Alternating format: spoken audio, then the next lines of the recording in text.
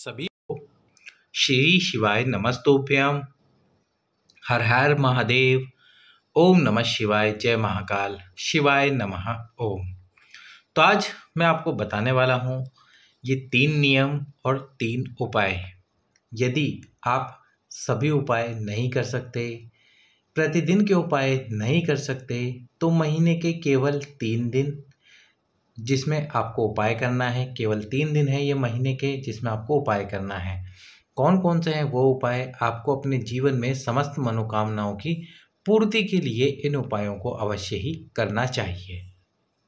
तो कौन से हैं वो 3 नियम, 3 उपाय और 3 नियम जिनको करने से भगवान शंकर प्रसन्न होते हैं। पर इसकी जानकारी ये है कि जो भी नियम मैं आज आपको इस वीडियो में यह उपाय बताने वाला हूँ, उस नियम और उपाय के बारे में खास बात यह है कि आपको ये ज्ञात नहीं होगा कि आपको इनको कब तक करना है। जब तक आपको इन उपायों को करना ही है, जब तक कि आपकी मनोकामना पूर्ण नहीं हो सकती। वैसे जैसे गुरु जी कथा में बताते हैं कि 5 सोमवार 7 सोमवार, ऐसा कुछ भी नहीं। आपको इन उपायों को तब तक करना है जब तक कि आपकी मनोकामना जो भी आप बोल कर रहे हो वह पूर्ण ना हो जाए। तो सबसे पहला नियम, सबसे पहला उपाय है और वो है पशुपतिनाथ जी का व्रत। जीवन में एक बार आपको पशुपतिनाथ जी का व्रत ज़रूर करना चाहिए। चाहे आपने कोई व्रत ना किया हो, लेकिन एक बार ये पशुपतिनाथ जी का व्रत आपको करना ही चाहिए।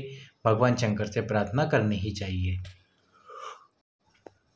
पशुपतिनाथ जी का व्रत कैसे किया जाता है ये हमने कई बार आपको बताया है। यहाँ तक कि हमने इस व्रत को करके भी दिखाया है, पूजा भी आपको करके दिखा दी है कि पूजा आपको करनी कैसी है।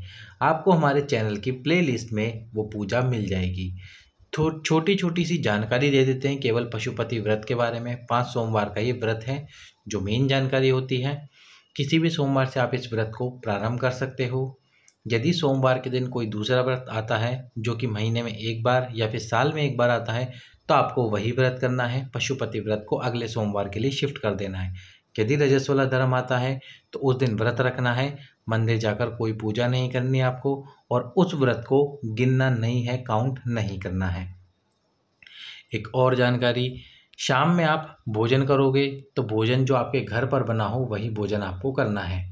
जो भी आपकी कामना है उस कामना को कर किसी भी सोमवार के दिन भगवान शंकर से प्रार्थना करते हुए आपको पशुपति व्रत धारण कर लेना है।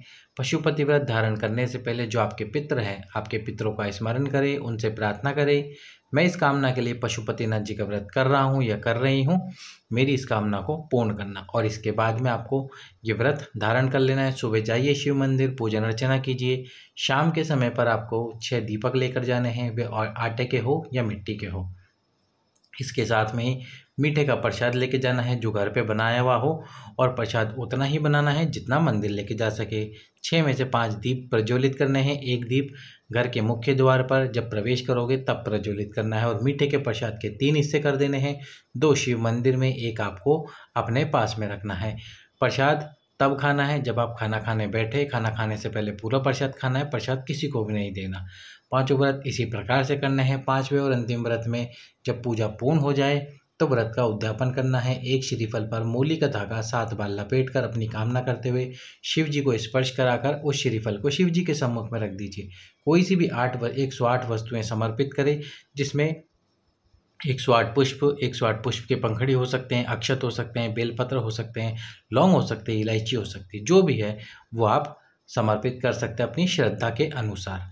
साथ में ही सीधा आटा चावल दाल जो होता है वह भी शिव मंदिर में अवश्य ही रखें। इस प्रकार से आपके व्रत पूर्ण हो जाते हैं, कामना भी पूर्ण होगी। तो ये हो गया पहला नियम, पहला उपाय जो आपको आपके पूरे जीवन में एक बार तो करना ही है।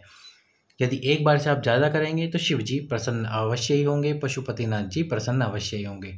दूसरा नियम, दूसरा उपाय ये है कि आपको हर महीने की प्रत्येक प्रदोष आप जानते ही है, एक महीने में 2 आती है, एक शुक्ल पक्ष और एक कृष्ण पक्ष की।